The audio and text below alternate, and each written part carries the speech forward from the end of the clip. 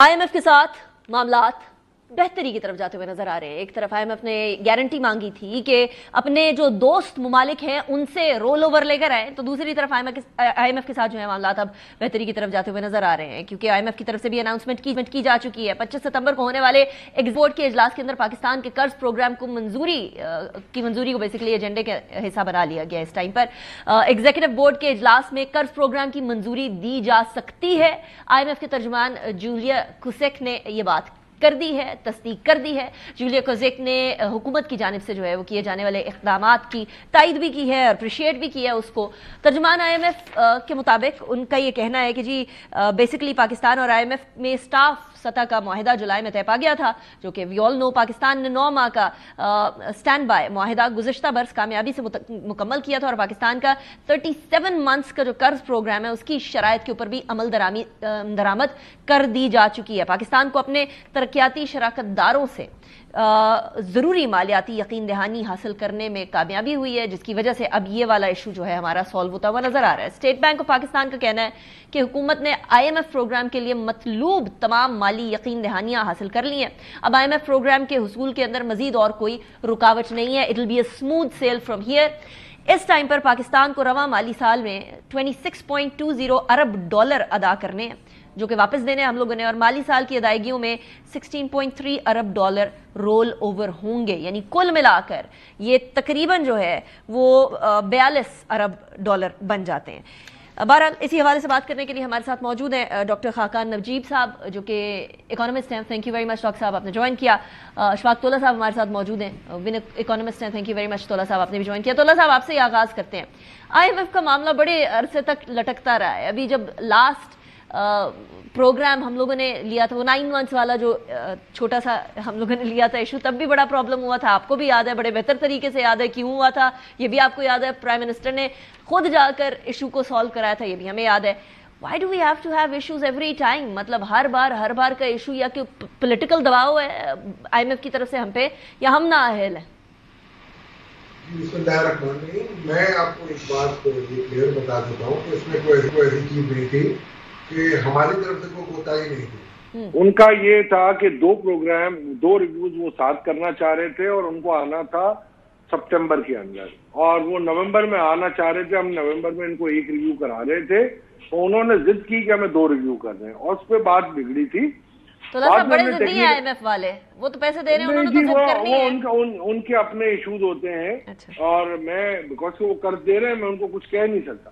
मगर सवाल ये है कि जब इनसे बात हुई थी और जब हमने इनको ये कहा था कि जी हम उस पर इस तरीके से नहीं करेंगे, फिर उन्होंने बजट की डिटेल मांगी, हमने सब कुछ उनको दे दिया था। मैं ये समझता हूँ उस प्रोग्राम से हटके अभी भी आप आ जाएं अगर, तो आप देख लें स्टाफ लेवल एग्रीमेंट जुलाई में हमारा हो चुका था, मीनिंग दैट कि आपके सारे तमाम चीजें एग्री हो चुकी थी।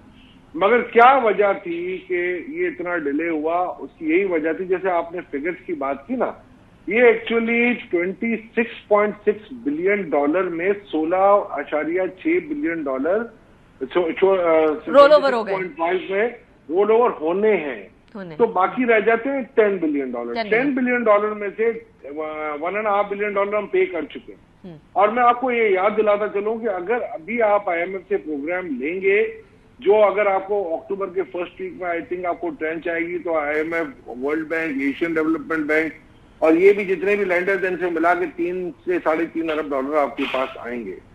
तो आप ये मत समझिएगा कि 8.5 के बाद ये जो आपके 3 के आने के बाद 5 बिलियन डॉलर का और भी होगा। अच्छा, 2 बिलियन डॉलर का उन्होंने हमें कहा है कि जी आप कमर्शियल लोन ले लो, और 3.7 बिलियन डॉलर का आपका करंट अकाउंट डेफिसिट है। तो 2 बिलियन डॉलर जो आप ले रहे हैं, I think in my humble view और according to the best of my information और रिलायबल इंफॉर्मेशन, इस वक्त आपने सबसे महंगा लोन यूरोपियन बैंक से लिया है। मेरा ख्याल है रिटर्न करें सबसे पहले। तो मैं नहीं, वो हमें करना है। मैं ये कहना चाह रहा हूँ, पिछले साल 7 बिलियन डॉलर स्टेट बैंक ने मार्केट से लिया था, जो कि एक्सेस था हमारे पास, हमारी एक्सपोर्ट्स और रेमिटेंस से माइनस इंपोर्ट के। तो वो क्वेश्चन आज भी हमारे पास अवेलेबल रहेगा। हाँ, अगर हमें रोल ओवर मिल जाता बगैर आईएमएफ प्रोग्राम के, तो मैं समझता हूँ हमने आईएमएफ प्रोग्राम लेके एक बहुत बड़ी गलती की है। उसका खुमियाजा हमें भुगतना पड़ेगा। रोल ओवर अगर हो जाता, मेरा ख्याल है बगैर IMF के प्रोग्राम के, तो हम अपना प्रोग्राम बहुत अच्छे तरीके से मैनेज कर सकते थे और आप अपनी शरह सूद में 6 से 7% और कमी कर सकते थे। करेंसी पैरिटी आप 235 पे ला सकते थे और आपका कम से कम फिस्कल डेफिसिट 1.5 से 2% ऑफ GDP होता। अच्छा, आप बड़े आराम से हो गया। तो साहब थैंक यू फॉर क्लैरिफाइंग कि ये 26 और 16 मिलाकर नहीं है, 42 नहीं है, ये 26 में से 16 निकल जाएंगे तो फिर 10 रह जाएंगे। सो 10 बेसिकली हम लोगों ने अभी अदा करने होंगे। लेकिन डॉक्टर खाकाना जी, अभी थोड़ी देर पहले उमर अयूब साहब मेरे साथ तशरीफ फरमा थे, वो बड़ी अलार्मिंग किस्म की बातें कर रहे थे कि ये डॉलर तो 350 रुपए पे जाएगा, महंगाई की शरह बढ़ेगी, सर्दियों के अंदर गैस वैसे ही हम लोगों के यहाँ फुकदान हो जाया करता है तो गैस की कीमतें भी बढ़ेंगी और अदायगी जो दस्तयाबी है वो भी नहीं होगी। क्या आप भी ऐसा होते हुए देख रहे हैं और is it just something that PTI sees? So let me paint a picture कि हम कहाँ खड़े हैं with a lot of clarity. Pakistan में एक मैक्रो स्टेबिलिटी सी है और ये स्टेबिलिटी IMF की एंगेजमेंट की वजह से ही है। रुपया जो है वो स्टेबल इसलिए है कि ज़खायर आपके 4 अरब डॉलर पे थे जब फंड का प्रोग्राम नहीं हो रहा था, आज 2 माह का इंपोर्ट कवर है 9.5 अरब डॉलर का। So that is number 1। Number 2, 9.6% की इन्फ्लेशन है इस वक्त जो क्लॉक हुई है। पिछले 2 साल में 29 और 24 देखा हमने जब फंड, और आज आपने 9.6% देखा।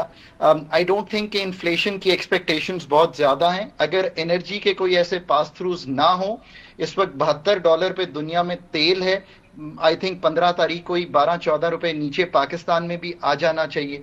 सो ये दूसरी बात है। तीसरी बात यह है कि मुल्क को इस वक्त हमें चूंकि एक ग्रोथ को रोक कर, एक हाई टाइटर मॉनेटरी पॉलिसी रखकर, डिमांड को तोड़कर मुल्क को बिल्कुल ये एक प्राइस है हमने स्टेबिलिटी की दी है। सो ओवरऑल यहाँ पे खड़े हैं। आई थिंक आने वाले दिनों में भी ये स्टेबिलिटी जो है इसको आपको सीमेंट होते हुए दिखाई देगा बिकॉज फंड के साथ एंगेजमेंट बोर्ड में हो जाएगी। But here's are 3 really important points. Anika, ये मैंने किसी और प्रोग्राम में की तरफ जाने से पहले डॉक्टर साहब, because they are important, I'd put a hold over here. आप बात कर रहे हैं इस टाइम की, ये जो मैक्रो इकोनॉमिक स्टेबिलिटी है ये लॉन्ग टर्म होगी या शॉर्ट टर्म होगी, ये भी मुझे बता दीजिएगा, क्योंकि इस टाइम पर तो हम लोग बैठे हुए हैं सितंबर के अंदर, आगे अक्टूबर है, नवंबर है, दिसंबर है, जनवरी है, फरवरी है, सर्दी के महीने हैं। मेरा सवाल वहीं स्टैंड करता है कि क्या जिस बात का, जिस खदशे का इजहार उमर अयूब साहब करके गए हैं कि सर्दियों के अंदर गैस नहीं होगी, सर्दियों के अंदर गैस की कीमतें बढ़ जाएंगी, वो दुरुस्त है? देखिए, गैस की कीमत का तायुन पाकिस्तान करता है, एक तो इसका IMF से कोई ताल्लुक नहीं है। मैं हमेशा ये समझाता हूँ, ओगरा गैस की कीमत का तायुन करता है। मेरा ख्याल है गैस प्राइस का बहुत ज्यादा राइज मुझे दिखाई इसलिए नहीं दे रहा कि रुपए में अगर बहुत वीकनेस नहीं आती, जो कि अगेन मुझे दिखाई नहीं देती क्योंकि रिजर्व्स बेहतर ही होने चाहिए यहाँ से, इसलिए कोई ऐसा प्राइस पास थ्रू नहीं आ रहा। मेरा ख्याल है जो मेजर प्राइस पास थ्रूज थे 1 जनवरी को जाके ओगरा रिव्यू करेगा प्राइसेस को, तो दोबारा देख लेंगे।